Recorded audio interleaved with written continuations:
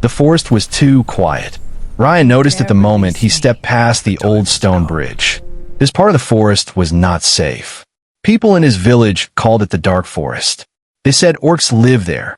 They said monsters walk between the trees. But Rayan did not believe in stories. He was only a hunter. He carried a small axe. A simple bow. Nothing more. Still, something felt wrong. No birds. No wind. No sound of insects. Only silence. Then he heard it. A soft voice. Help! Rayan stopped. He looked around slowly. Maybe it was the wind. Maybe it was his mind. Then the voice came again. Please help me. It was not the voice of a monster. It was the voice of a girl. His heart began to beat fast. No one should be in this forest at night. He stepped carefully between the trees, following the sound. The deeper he went, the colder the air felt. The trees looked twisted.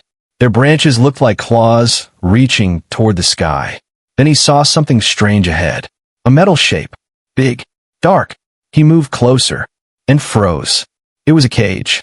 An iron cage. Large and heavy, built with thick bars. Strange symbols were carved into the metal. The symbols glowed faintly in the dark. Inside the cage was a girl. She was sitting on the ground, her back against the bars. Chains were wrapped around her wrists. Her clothes were torn. Her long hair fell over her shoulders.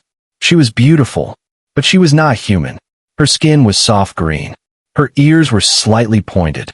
Her eyes, golden, not red like the orc from stories. Golden. She looked up when she heard his steps. For a moment, both of them just stared at each other. Rayan felt fear. Orcs were strong. Orcs were dangerous. That was what he had always heard. But this girl did not look dangerous. She looked tired. Scared. Please, she whispered, before they returned. Her voice was weak, but clear. Rayan stepped back slowly. Who did this? He asked. She looked at the symbols on the cage. Humans, she said quietly. Ryan's mind froze. Humans. Why would humans build a cage like this? Why would they chain an orc girl? He looked closer at the metal. The symbols were not orc writing. He had seen human soldiers pass through the village before. Some of them carried weapons with similar marks. His chest tightened. This was not simple. Then the ground shook. A deep, heavy thud echoed through the trees. Rayan turned his head. Another thud, like large boots hitting the earth. The girl's eyes widened. They're coming back, she said. Fear entered her voice now. Rayan looked around quickly. The trees were thick, but not enough to hide the cage. Whoever built this prison would return soon. He had seconds to decide. He could leave. He could pretend he never saw this. No one would blame him. Helping an orc could mean death. Helping a prisoner of soldiers could mean worse. The footsteps grew louder. Branches snapped in the distance. The girl slowly stood inside the cage. Even weak and chained, she stood tall. There was strength in her posture. Pride. If you leave, she said softly, they will move me. You will never see me again. He did not answer. He could see her wrists bleeding from the chains. Why should I trust you? He asked. She stepped closer to the bars. Her golden eyes met his. Because I did not ask you to fight, she said. Only to choose. Choose. The word felt heavy. Another loud step. Now he could hear voices. Men. Rayan's breath became fast. He walked closer to the cage. His hands trembled. Are you a monster? He whispered. For the first time, the girl gave a small, sad smile. No, she said. But they are afraid that I am not. The footsteps were almost there. Rayan lifted his axe. He stared at the thick lock holding the cage closed. One swing. That was all it would take. But that one swing could change his life forever. The girl did not beg. She did not cry. She only watched him, waiting. The shadows of large men began to appear between the trees. Rayan raised the axe higher. The metal lock reflected the faint moonlight. The girl whispered one final sentence. If you free me, I will protect you. The voices were now close. Too close. Rayan had no more time. He swung the axe down. The sound of metal breaking echoed through the silent forest.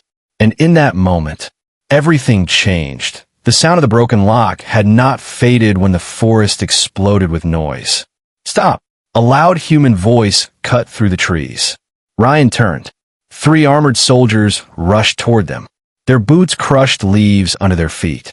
Their swords were already out. The orc girl stepped out of the cage. For a second, she looked weak. Her body swayed.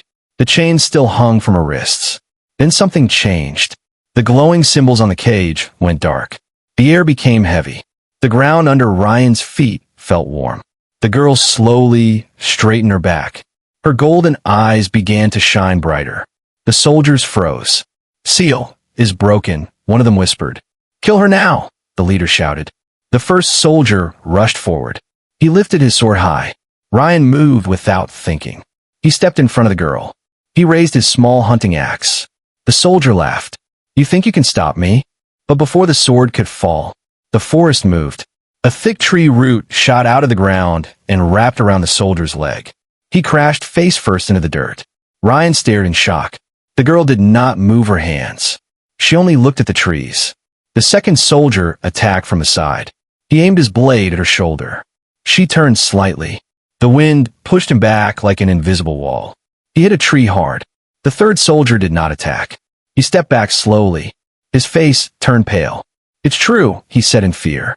"She is the forest blood." Rayan looked at her. "Forest what?" The girl's breathing was slow now. "Come. My name is Lyra," she said quietly. The leader of the soldiers stood up, angry and shaking. "You were supposed to stay sealed," he shouted. "The king gave clear orders." Lyra's eyes narrowed. "The king fears what he cannot control," she replied. The soldier pulled out a small horn from his belt. Rayan's heart dropped. More soldiers would come. He grabbed Lyra's arm. "We need to run." She looked at him for 1 second. Then she nodded. They ran. Branches moved out of their way. Roots did not trip them. The forest felt alive around her. Behind them, the horn's sound echoed loudly. Soon, more boots pounded the ground. Rayan's chest burned as he ran. "What is happening?" he asked between breaths. "They lied to you," Lyra said. "To all humans." He almost stumbled. "What do you mean?" "They say orcs are monsters. But the war began because humans wanted our lands, our forests, our power." An arrow flew past Rayan's head. It hit a tree in front of them. More soldiers were coming from the sides. They were being surrounded. Lyra suddenly stopped. Rayan almost crashed into her. "We cannot outrun them," she said calmly. The forest grew darker. The soldiers stepped out from between the trees. 10 of them now, all armed. The leader from before stood in front. "You do not understand. Hunter," he said to Rayan. "She is not just an orc." Rayan's hands tightened around his axe. "Then what is she?" The soldier pointed at Lyra. "She is the last Orc Princess, the last of the royal blood." Silence filled the space. "Princess." Rayan slowly looked at her. She did not deny it. "My father was king," she said softly. "My mother protected the forest." The soldier laughed darkly. "And they both died when the war began." Lyra's jaw tightened, but she stayed silent. The leader continued. "She carries the ancient power. The forest obeys her. If she lives, humans will never control this land." Rayan felt something heavy in his chest. This was not about monsters. This was about control. "You lock her in a cage," he said quietly. "Yes," the soldier answered proudly. "And we will do it again." The soldiers raised their weapons. Rayan stood beside Lyra. He knew he could die here. He was only a hunter, but he had already chosen once. He would not step back now. Lyra closed her eyes. The ground began to shake. Leaves lifted into the air. The wind grew stronger. The soldiers looked around in fear.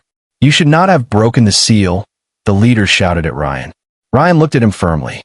"You should not have built the cage." Lyra opened her eyes. They were no longer only golden. They glowed like fire behind glass. The trees bent toward her. The earth cracked under the soldiers' feet. Rayan realized something important. She had been weak because of the seal. Now, she was waking up, and the forest was waking up with her. The leader screamed one last order. "Attack!" But it was too late.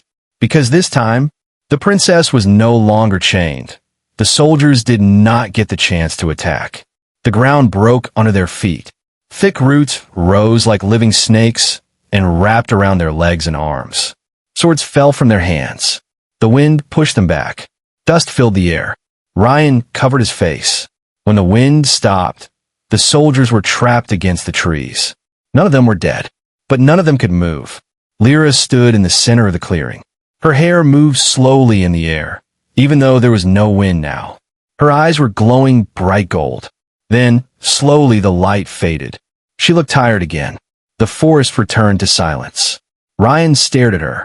"You could have killed them," he said quietly. Lyra looked at the trapped soldiers. "I do not kill without reason," she replied. One of the soldiers looked at her with fear. "You are dangerous," he whispered.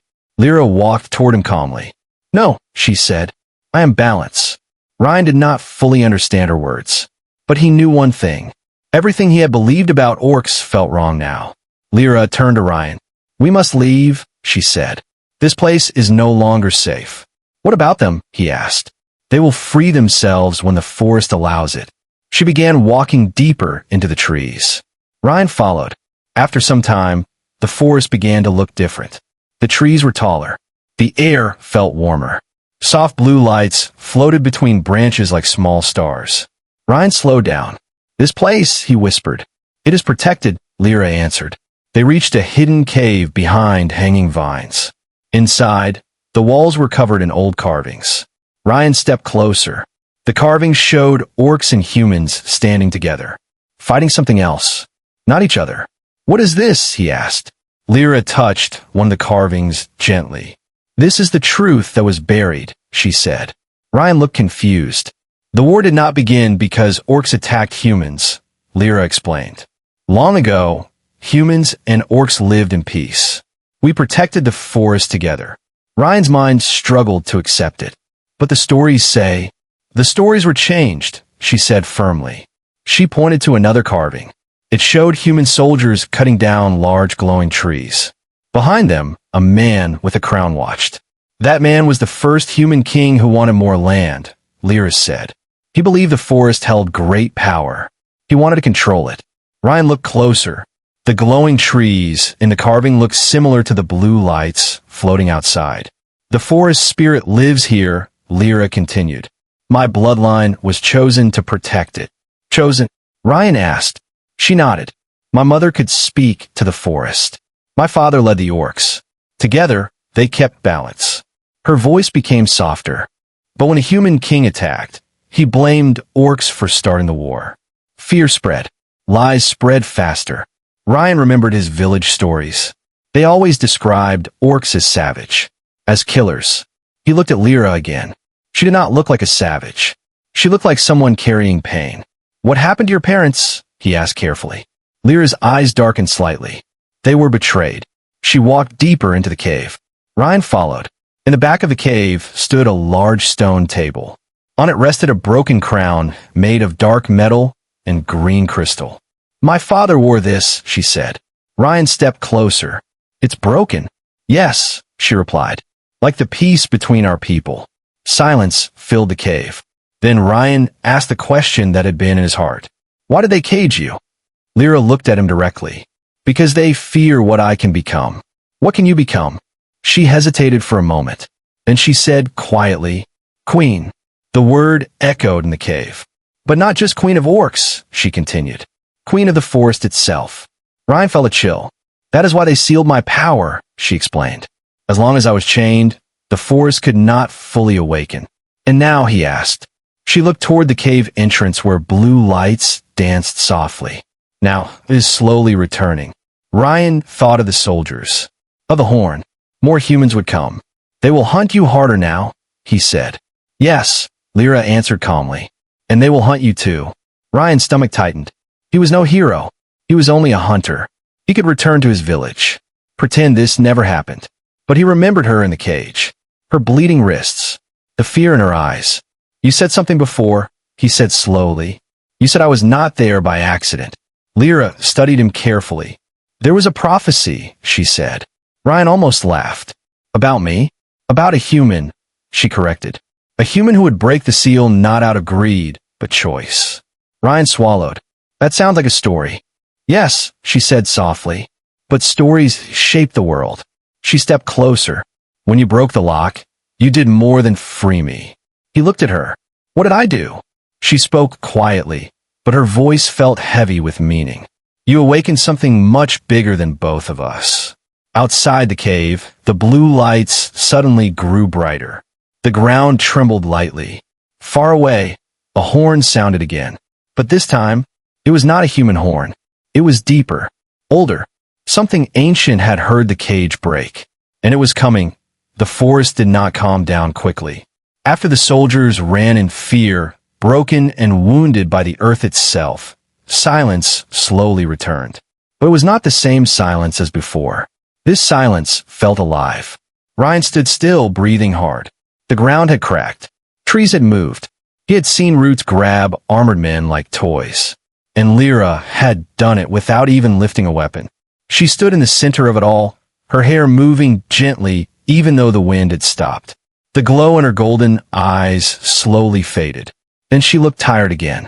Not weak, but heavy, as if something inside her was waking up after a long sleep. "You should not have broken the seal," she said quietly. Rayan blinked. "You told me to." "I asked you to choose," she corrected softly. He looked at the destroyed battlefield around them. "Was that your full power?" She shook her head. "No, that was only the forest answering me." Rayan felt a chill. "If that was not your power, then what is?" Lyra looked toward the deeper part of the forest. "There is a place," she said. "An old temple hidden under the roots of the world tree. That is where the truth waits." Rayan frowned. "What truth?" She turned to him fully now. "The prophecy." He almost laughed. "Prophecy? Like old stories told to children?" Lyra did not smile. "This one is not a story." She began walking. Rayan followed, though his legs felt weak. "My people knew the war would come," she said as they moved between the trees. "Not because we wanted it, but because humans fear what they cannot control." Rayan stayed silent. He had grown up hearing that orcs were monsters. Now he had seen human soldiers cage a girl like an animal. Everything fell upside down. "The night I was born," Lyra continued, "an oracle saw a vision." "What vision?" Rayan asked. She stopped walking. She looked at him carefully. A human would free the chained princess. Ryan's stomach tightened. "That does not mean me," he said quickly. "It does," she replied calmly. He shook his head. "I'm not special. I'm not strong. I'm not a warrior." "That is why it had to be you," Lyra said. He stared at her. "The prophecy said the human would not wear armor. He would not seek glory. He would not hate without thinking." Rayan felt heat rise to his face. "That could be anyone." "No," she said quietly. "It could not." They reached a clearing. In the center stood a massive tree. Its trunk was wider than 10 houses. Its branches covered the sky like a living roof. The air around it felt ancient. "This is the world tree," Lyra whispered. Rayan stepped closer. He felt something strange in his chest. A pressure, like invisible eyes were watching him. At the base of the tree, there was an opening in the ground. Stone steps led down into darkness. Lyra began walking down. Rayan followed. Torches on the walls lit up by themselves as they moved deeper. The stone walls were covered in carvings. Rayan looked at them carefully. Orcs fighting humans. A crown breaking. A cage. His steps slowed. Then he saw it. A carving of a human standing in front of a cage. The human held an axe. The cage door was open. Beside him stood an Orc Princess. Ryan's breath stopped. "That is not possible," he whispered. The carving was old. Very old. "How long has this been here?" he asked. "Before you were born," Lyra answered. He stepped closer to the wall. The human in the carving did not look like him exactly. But the axe, the simple clothes, the stance, it was too similar. "This is madness," Rayan said softly. Lyra moved to the center of the underground chamber. There was a stone circle on the floor. "This is where the prophecy ends," she said. "What does that mean?" She looked at him seriously. "The oracle did not only see you freeing me." Rayan swallowed. What else did she see? She saw 2 futures. The torches flickered. In the first future, Lyra said, the human who frees the princess becomes afraid. He leaves. The war grows worse. The forest burns. Both races fall into endless blood. Ryan's chest felt tight. And the second future? Lyra stepped inside the stone circle. The human stays. The air inside the chamber began to vibrate. He stands between both sides. He refuses to let fear control him. And because of that choice, she looked directly into his eyes. The war ends. Silence filled the chamber. Rayan felt small. He was just a hunter. He never asked for war. He never asked for prophecy. But he had already broken the cage. He had already chosen once. The ground trembled slightly. Lyra's voice became softer. The prophecy is not about power, she said. It is about choice. Above them, faintly, they heard something disturbing. Distant horns. Not one. Many. Rayan looked up sharply. That does not sound like 10 soldiers, he said. Lyra's expression hardened. No, she replied. It sounds like an army. And this time, they were not coming to capture her. They were coming to end her forever. The horns did not stop. They echoed through the forest like a warning from the sky. Rayan and Lyra rushed out of the underground chamber. The moment they stepped back into the open air, the world felt different. The forest was restless. Leaves shook even though there was no wind. Birds flew in sudden circles. Animals ran past them, moving deeper into the trees. They feel it, Lyra said quietly. Feel what? Rayan asked. She looked toward the north. The iron. Rayan narrowed his eyes. At first he saw nothing. Then he saw it. Through the trees, far in the distance, lines of silver light moved slowly forward. Armor. Dozens. No, hundreds. The human army stood at the edge of the forest. Shields raised. Spears ready. Flags waving above them. Ryan's breath became heavy. That is not just soldiers from before, he said. Lyra shook her head. No, the king has sent his full force. As if her words were a signal, drums began to beat. Boom, boom, boom. The sound made the ground shake. They will burn the forest, Lyra said. If they cannot cage me again, they will destroy everything. Rayan clenched his fists. His home village was not far from here. If the army passed through the forest, nothing would survive. He looked at Lyra. What will you do? She stayed silent for a long moment. Then she walked toward the world tree again. The forest will fight, she said. Rayan followed her. But can it win? He asked. The forest is strong, she replied. But iron and fire are stronger than roots and leaves. They reached the clearing. The world tree stood tall, ancient and proud. Lyra stepped forward and placed her hands against its massive trunk. Her eyes closed. The air changed. The blue lights that floated around the forest began to gather above her. Rayan felt pressure in his ears. The ground started to hum softly. Spirits of the old roots, Lyra whispered, wake with me. The tree responded. Its bark glowed, faintly green. Roots under the ground began to move. Rayan heard cracking sounds as the earth shifted. At the edge of the forest, the army stopped. The soldiers could see the movement. They could feel it. The drums stopped. A single rider stepped forward from a human side. He wore dark armor, heavier than the others. His helmet was shaped like a crown. Even from far away, Rayan felt something cold about him. That is him, Lyra said without opening her eyes. The king. Yes. Rayan swallowed. The king removed his helmet. His face was sharp and calm. He did not look afraid. He raised one hand. Behind him, soldiers lifted torches. Fire. Hundreds of flames lit up at once.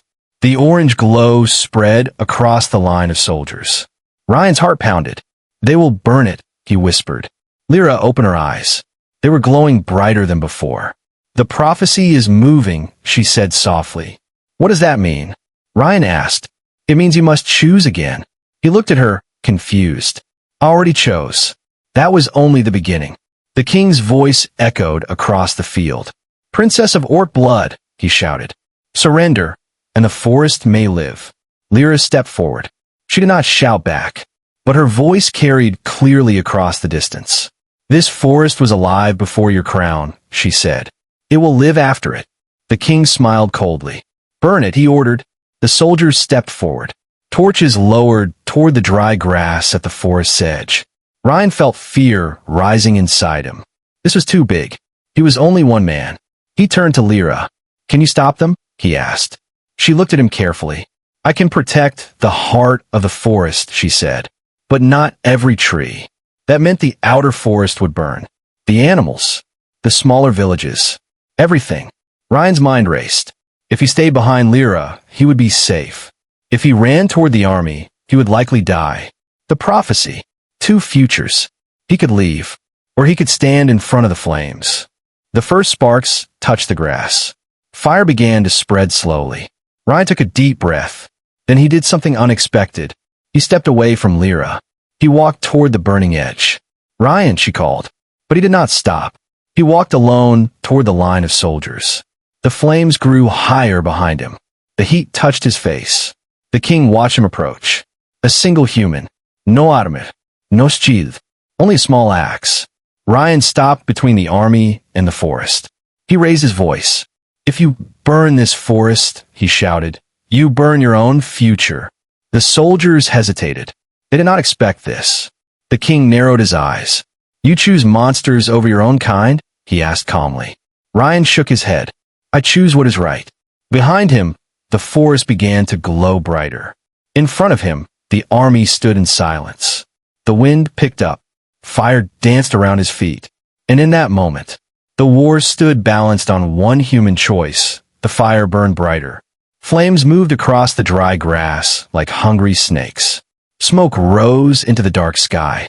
The heat pressed against Ryan's face, but he did not step back. Behind him, the forest glowed green. In front of him, hundreds of soldiers stood in a long silver line. And between both sides, there was only him. The king looked down at Rayan from his horse. "You are brave," the king said calmly. "But bravery without wisdom is foolish." Rayan tightened his grip on his axe. "If wisdom means burning everything you fear," he answered, "then I would rather be foolish." Murmurs moved through the soldiers. Some looked unsure.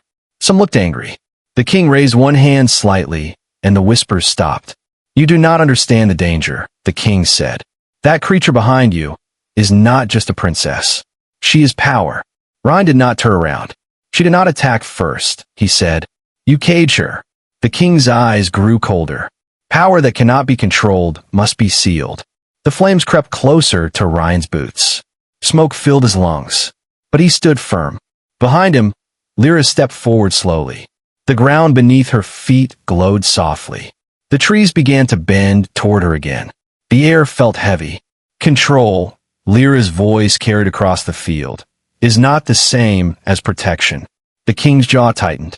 "Orcs speak of balance," he replied, "but your kind grows stronger with the forest.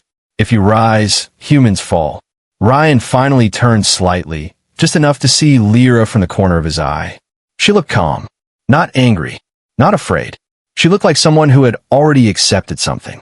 "The prophecy," she said quietly. Rayan felt the words inside him. Two futures, one of endless war, one of peace. He understood now. The prophecy was not magic. It was a choice. His choice. The flames reached him. Heat burned the edge of his sleeve. Suddenly, he stepped forward. Not back toward the forest. Forward toward the army. The soldiers reacted quickly. Spears lowered toward his chest. But he kept walking, step by step, until the spear tips were only inches from him. "I am human," he said loudly. "I was raised on your stories. I was taught to fear orcs." The soldiers listened. "I saw the cage," he continued. "I saw the chains. I saw who started this." Silence spread. The king watched him carefully. "You are being used," the king said.